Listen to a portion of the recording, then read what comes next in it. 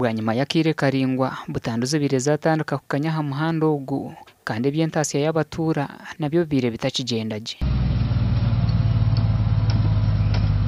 nanisha abantu b'urugudo rwabonera nitwe nk'abakazi bituhwerwamo habwo ishonga noba orwise nk'omuntu bacyarwaza umuntu remwe kuko okurabaho kandi agugubire guri mu buzima konkati nzire bagwabonera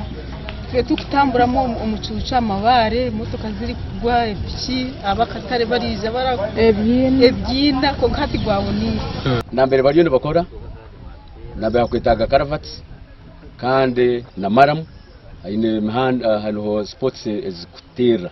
ni saba ngo district engineer nabakwasirweho barwe bateka mu maramu na karavati sezo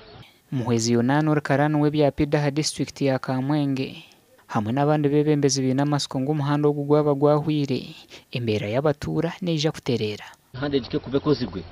abantu bitu bakamwenge district babona aho kurajya ibintu byabo bakubitwara mu butare toke impande kubefire nebe yebihingwa na yeza hasa kuja moto katize kwika mu hard rich areas umuhanda guno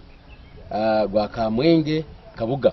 ni gutwara abasubuzi kuno Kabuga hariyo akatare bakita Kabuga kiro cya mukaga kandi hariye ibihingwa n'ingasi ibirumwa bingi umuhanda w'ugwe no buringwa bwa kilometero 12 kandi no gita Kamwenge town council Kabuga town council rukunya hamwe n'egomborora yakabambiro ihuriro yo kunduze nkuto muri Kamwenge netekatekwa kwikoma gomborora gatari gamwe na gamwe okwetorora district gasha kwa Anthony Twine.